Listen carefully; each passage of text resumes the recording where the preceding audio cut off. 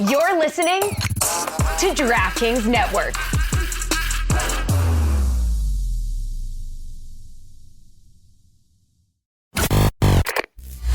Down low for Gaudreau to Kachuk in the corner. Back to Johnny Gaudreau.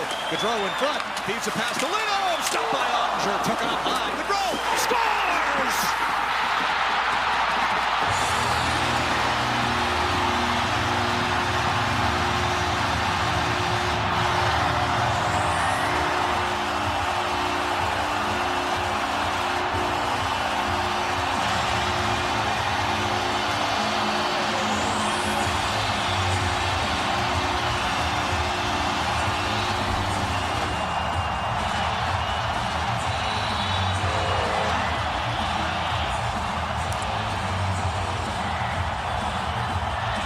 Johnny Gaudreau sends the Flames to round 2. Bring on the Battle of Alberta.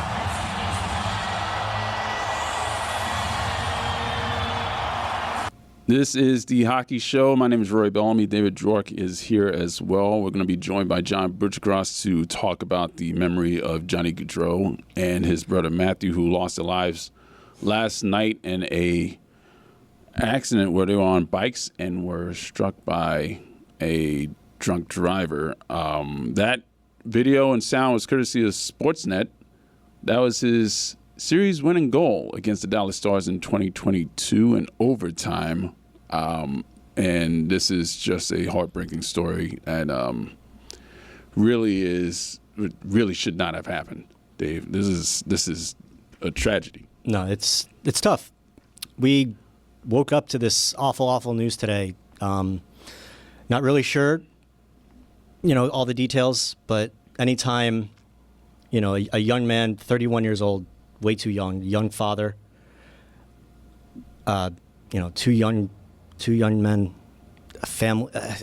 I'm just struggling right now. We've been talking about this all morning. We've been talking about we're going to do this show, and we're going to talk about Johnny and Matthew and what happened. And I'm just struggling to come up with the words in the moment. It's hard to fathom. I mean, I've got young kids. You've got a daughter.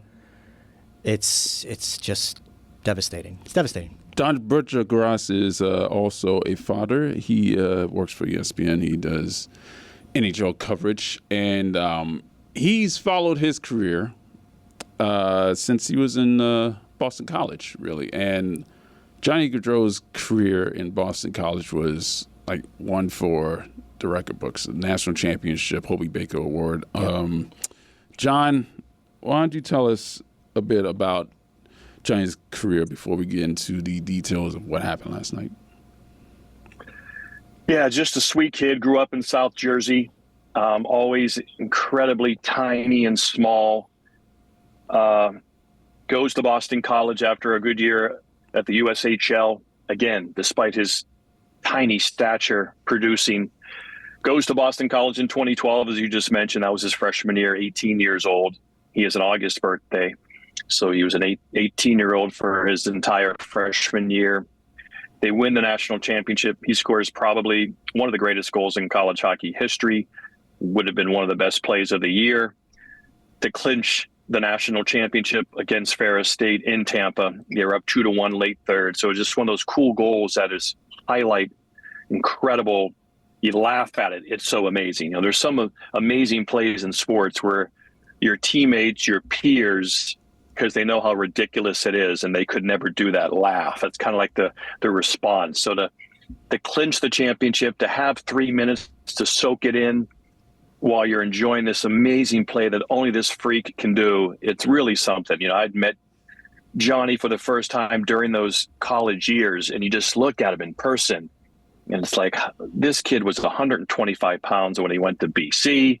He might have been 150 when he left 3 years later. And I'll never forget looking at Kevin Hayes, who was his teammate and really great friend. Of course, Kevin lost his brother a couple of years ago. So, again, this tragedy just extends. There's so many tributaries and tentacles involving in a tragedy like this. And so when you think of Kevin and you think of people like that, it's difficult. So, Johnny has, I look at Kevin, I go, Kevin, can he play in the NHL? I mean, he's like 140 pounds. Yeah. And the look that Kevin gave me was like, dude, you have no idea. This guy is a wizard. And players see it in practice before we see it in games, right? Yeah. And that's what happened here. He was just a freak of a player who burst onto the scene that freshman year at BC and won a national championship. Came back another year, could have turned pro after his second year, but his brother Matthew wanted to go to Boston College and play with him. And Johnny's like, absolutely, I'm staying another year. You know, not many kids would do that. They would have more self-interest than that. So Matthew comes for another year, and they make the Frozen Four. I was in Philadelphia. I called that one with Barry Melrose. My first one was 2013, and he got 80 points in 40 games. It was Connor McDavid stuff, 2 points a game. Easily the best player in the nation. And then he turned pro from there in Calgary. 4th round draft pick. Because of his size, that's why he was a 4th round pick, because they saw the wizardry and the artistry. And he was 1st round talent that way. But obviously scouts did not believe he could play in the NHL. It was a long shot. That's why he was a 4th round pick. Bucci, it seems like Johnny had to play bigger than his size, right? I mean, like I said, I just can't believe. That's why I asked Kevin that question. Back at the Frozen Four in 2013. It's like, can he play in the league? I mean, this kid is tiny. You know, we're talking 140 pounds here. And it really did remind me of, before I got to ESPN, I worked in Providence, Rhode Island for 2 years, 94 to 96. And that's when, obviously, Providence, the biggest thing in Providence is Providence College basketball, Friars. Mm-hmm. And so I went to those games all the time, covered them, highlights, reaction after the game. And that obviously meant I got to see Allen Iverson come and play for Georgetown. And it's the same thing. And that's when people ask me who Johnny Gaudreau's comp is, it's Allen Iverson. It's not another hockey player. Iverson, like Gaudreau, was impossibly small, impossibly skinny. And to see him amongst these players in person, like I did with Gaudreau, with Iverson courtside there, watching him in person against a good Providence team, and just how he went in there with fearlessness, and how fast his brain worked, how fast his feet and hands worked you had to when you're that little. And I remember I had a vote for the Wooden Award that year and certainly voted Allen Iverson easily. And that's who Gaudreau was, this impossibly small person who somehow was a freak on the court. It's you just don't see that very much, where the guy's the best player at that size. Very rare. There's funky stories, and whether it's Dustin Pedroia or Muggsy Bogues, and they're very effective players. You know, I mean, Troy won an MVP, but he was never the best. Like, you look at him as like the most, like, almost talented player. He did it through other ways, and baseball does that. But to see Gaudreau and Iverson at that size dominate, it was something else. It almost kind of reminds you of the line from the movie Rudy, like, you're 5 feet nothing, 100 and nothing.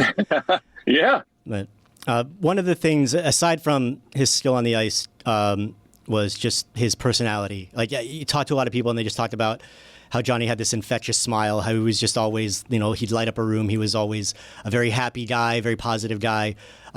Just in your interactions with him, how much did you kind of get that feel off of him? Yeah, it comes from a big Jersey family, married into a Jersey family, just, one of those old school, let's face it, people just don't have a lot of kids anymore. They have 1 or 2. They don't have 4 or 5. And then when you start adding another 4 or 5, and then another 3 or 4, and he had 2 young children kind of quickly. So maybe he was going to have 4 or 5. And you just picture this beautiful, loving, gigantic family every summer on the beach in South Jersey, just loving life and enjoying each other. And, the sister was going to get married. And this is on the eve of there's 2 boys and 2 girls, and his parents, that's what he had as siblings, the brother and 2 sisters, family of 4. That's what I had. Family of 4. We were 2 and 2 as well. I was talking about that with my mom this morning when I broke the news to her.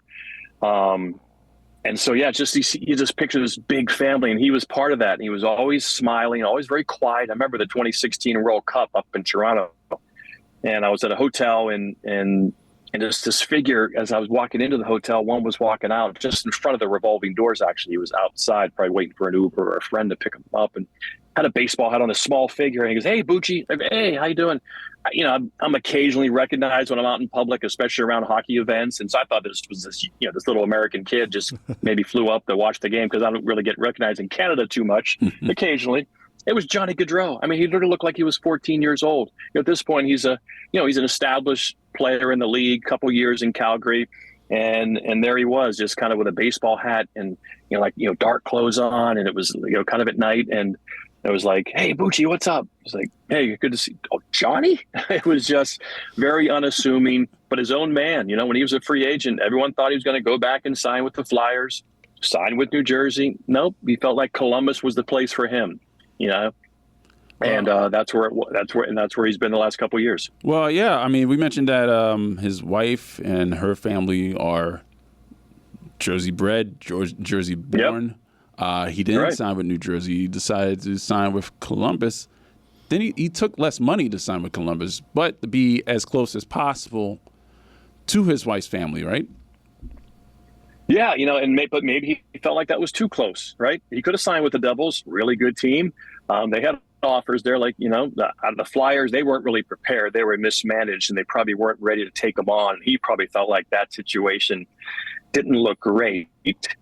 Maybe he felt like Columbus was a little more, with prospects and stuff, or maybe a better shot. But maybe he felt like that was too close to be home, right? Maybe he felt like he would have been smothered. And wants to kind of get the space of Ohio and have some space and just have his family. They can come visit, but then they go home. They're not coming over every day. And who knows if that went into his thinking. Again, a quiet guy, obviously incredibly smart by how you see him on the ice and how he was one step ahead of everybody. Again, he had to be one step ahead of everybody. When you're that small, you have to be the smartest guy on the field or on the ice or on the court. You have to be smart. It's just, you're up against it at that size. And again, the speed and quickness, but you have to have a fast brain as well. And that's what he had. So that was a big shocker. It shocked the hockey world when he signed in Columbus. That was a crazy day. And that's something I wonder, to find out exactly what was the biggest reason. You always want to protect yourself and protect your decision at the time. It's, people don't have to know everything when you make a family decision like that, but it was interesting. And here he was in Columbus the last couple of years, tough couple of years, trying another new era in Columbus this year. Monahan was coming on, his buddy, and you just wondered if they were then going to start to turn the corner, and he was kind of going to have a big decade in his 30s that would have got him to the Hall of Fame.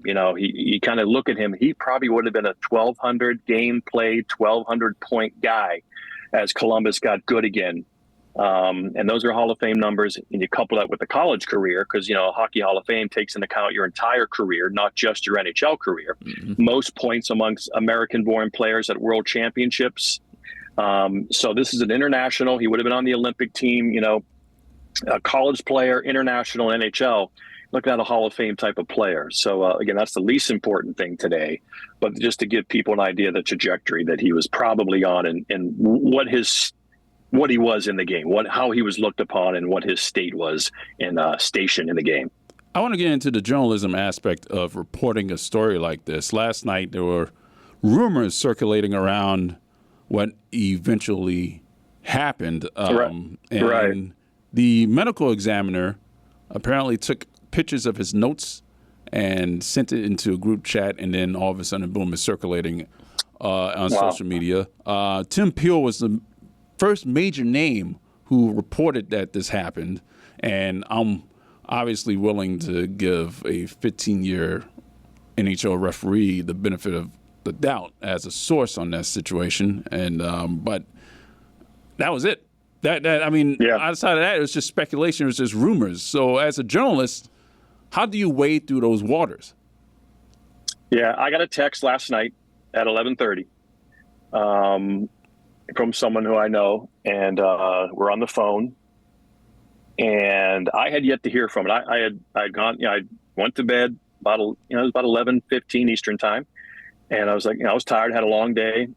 And so I jumped into bed, I was reading my Thomas Jefferson biography by John Meacham that I've been reading at night before I fall asleep, and just happened to look at my phone one more time. But been doing the good habit recently of putting the phone over my dresser, keep it there. let's get a good night's sleep. Don't keep it in bed with you, And so but like this time I was low and my battery was low, so I put it and plugged it in next to me. So I had it underneath my pillow, the other pillow on the bed, and I'm reading. And I was about to go to sleep. I look at my phone one more time, and the text was, "Are you up?" And I go, "Okay, no, yeah, I am." And they called me, and that's when I heard about there's these rumors, and someone tweeted out that Johnny Gaudreau was involved in an accident. He and his brother are dead, and we're talking, and then while we're talking, we're texting people, and then he got a text from a former player who said, "Yeah, it's true." So I knew last night about 11:40, and like you said, then I went on Twitter, and there's nothing there.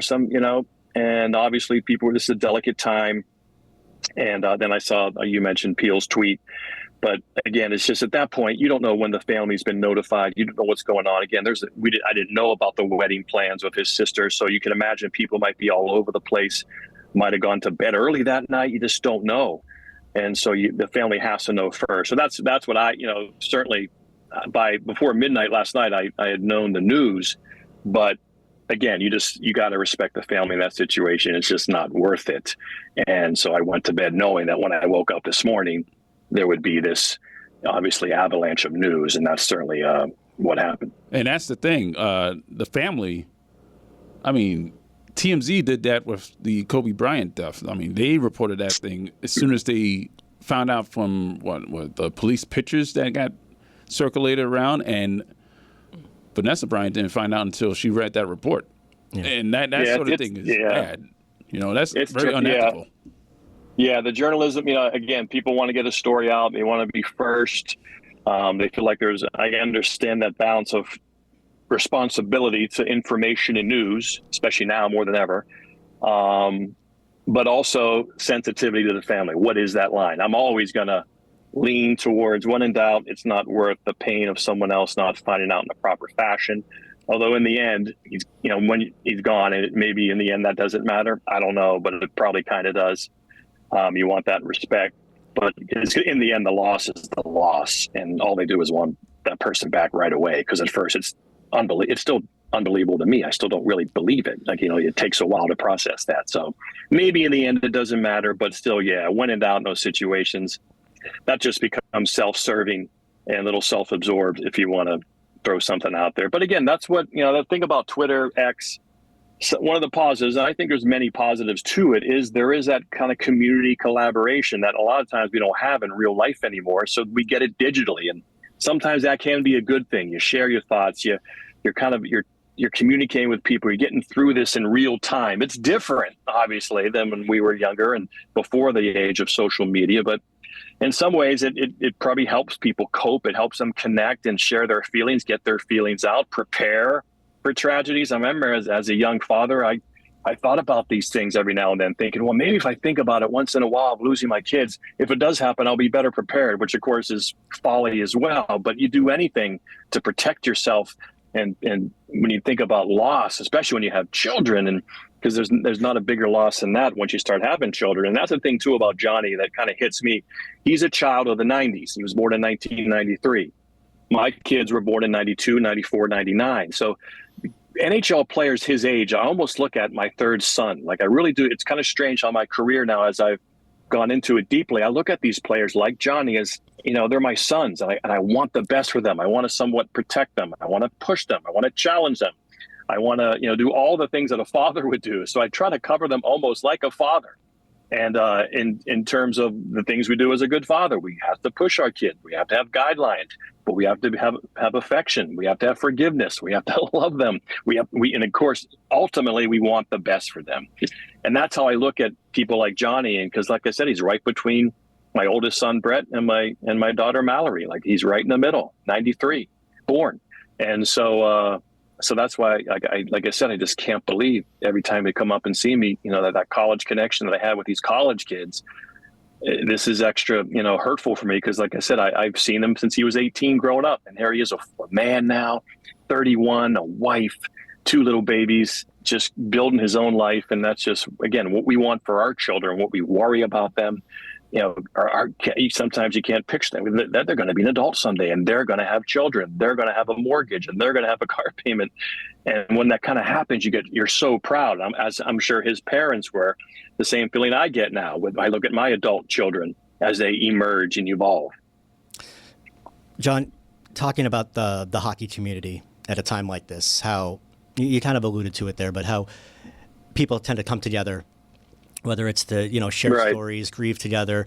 It's something that when times like this come, which it's inevitable, right? But it's always a little bit of solace knowing that there's this big community of caring people that just know how to embrace one another.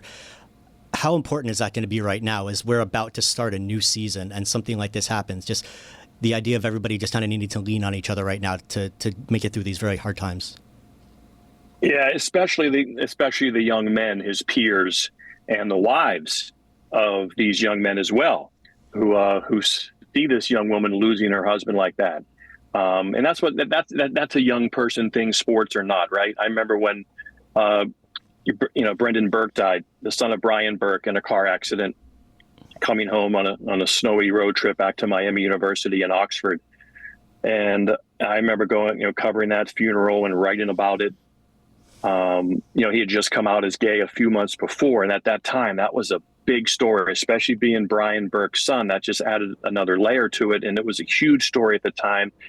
And it was great how the hockey community came together and really did celebrate him in a majority of the way. And then, of course, he had this tragic death after, this big story comes out 3 months later. And I remember going to the funeral there outside Boston, and the whole Miami University hockey team was there in their sweaters. And of course, the NHL community was there as well. And I just remember as the people walked out of the church there, the look on these boys' faces, again, these are boys, 18, 19, 20, 21, just they're scared, they're frightened.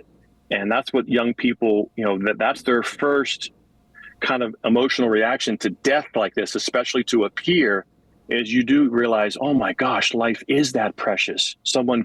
Anybody could die any day, tomorrow, today, next week. My nephew, my mom's oldest grandson, diagnosed with cancer this year in March, dead in June. Bam, 3 months later. Like, that can happen to any of us. And so what happens to young people like that, I just see that broken look on those boys' faces, like, oh my goodness, how scared they were. And they just hadn't been through. We've been, again, my age, I've been through. I've lost a parent. I've lost a brother. I've lost friends. I've been through death a lot. So you get better at it, right? You understand how it works. And some things get better. Some things never get better. And that's okay, understanding that too. Hey, you're going to hurt. It's okay to feel that way. It's not going to get better. That part's not going to get better. My mom's always going to miss my dad. That's it. Now, she can function a little bit better as she goes on, but you're not going to miss him. So understand both of those things. And so that's what I think about today is Johnny's friends, the wives of Johnny's friends, that how shook and shaken they are. And to think that their kid will never know their dad. Parents lost two brothers or two sons, not just one, even one. They lost half their family last night, the parents of Johnny and Matthew. It's just unspeakable. That's the heaviness. It's hard to breathe. It's hard to, your chest is tight. There's empathy, there's sympathy, there's self-interest as well. You think about, you're losing your own kids, right? Or losing your own brother and sister. So it's all those emotions into one giant, crock pot, and it's tough. But you just kind of keep going. You try to keep going. And so that's what I think about today. I think about the young people, the hockey player, the families, 20 to 35. But you're right. There's nothing like the hockey community. It's why I've gravitated to the sport more and more. I'm sure it's why you guys do. You understand there's a little secret sauce there of community because it's small, right? It's like seeing a concert in a 2,000 seat venue instead of a football stadium. The 2,000 seat venue is always better. It's more intimate. You share more. And that's what I always said hockey is. It's that kind of community. It's a 2,500 seat concert community, not a football stadium community. And that's why I love it so much. And that's why I love the intimacy. And like you said, pulling together, as they always do. And Matthew Gaudreau, who was playing in the East Coast Hockey League for the Worcester Railers, he was having a pretty decent minor league career as well, coming out of Boston College. So again, like Johnny, he was a tiny kid. He got into coaching recently, so I think that's probably would have been his future. Yeah. Coaching a junior team in Jersey. And so obviously not quite Johnny's skill, but played Division I hockey at Boston College. Johnny stayed the extra year so we could play with him. And again, that was his guy, right? And that was those tight brothers, just 2 years apart, and out for a bike ride last night on a beautiful summer day. And before this, just awful tragedy happens. And like I said, you see people driving around recklessly sometimes. It just makes me angry whenever I see it. Just slow down a little bit. What are you doing? Yeah. You don't save any time on short trips. You just don't. And so that obviously, and that's part of the emotions that people process, right? The anger at that person. Like, what were you thinking? And that's part of this as well that people are dealing with. There's sadness, there's disbelief, and then there's a little bit of anger too. So it's a lot to process. The hockey community lost Johnny Gaudreau and his brother Matthew, and we're devastated about it. And we send our condolences to the Gaudreau family, and we would like to thank John Buccigross for helping us navigate through all this. John, thank you for joining us. Yeah, thank you for giving Johnny this much time, this much content, because a lot of people wouldn't do that. So I appreciate people who've been able to listen to get the full story about him and about his family and about grief. And so I appreciate you guys for doing this today. Howdy, listeners. It's Mike Ryan. The Dan Le Batard Show started September 1st, 2004. It's a long time ago, 20 years, in fact. A lot has changed over that 20 years. But for most of that 20 years, we've had Miller Lite on board as a proud partner. And even though, like I said, so much has changed, our show has changed, where we've been, where we air, our priorities, they've all changed. One thing that hasn't? The dependable taste of Miller Lite. What's the best thing about the original light beer? Miller Lite sparked this debate way back in 1975, and we still haven't settled it. For me, it's undebatable. The quality. Great taste. Only 96 calories. It's a beer that strips away everything that you don't need and holds on to what matters most. You don't have to choose what you like best about Miller Lite. Miller Lite has great taste and is less filling. Tastes like Miller time. To get Miller Lite delivered right to your door, visit MillerLite.com/Dan, or you can find it pretty much anywhere that sells beer. Celebrate responsibly. Miller Brewing Company, Milwaukee, Wisconsin. 96 calories per 12 ounces. Fewer calories and carbs than premium regular beer.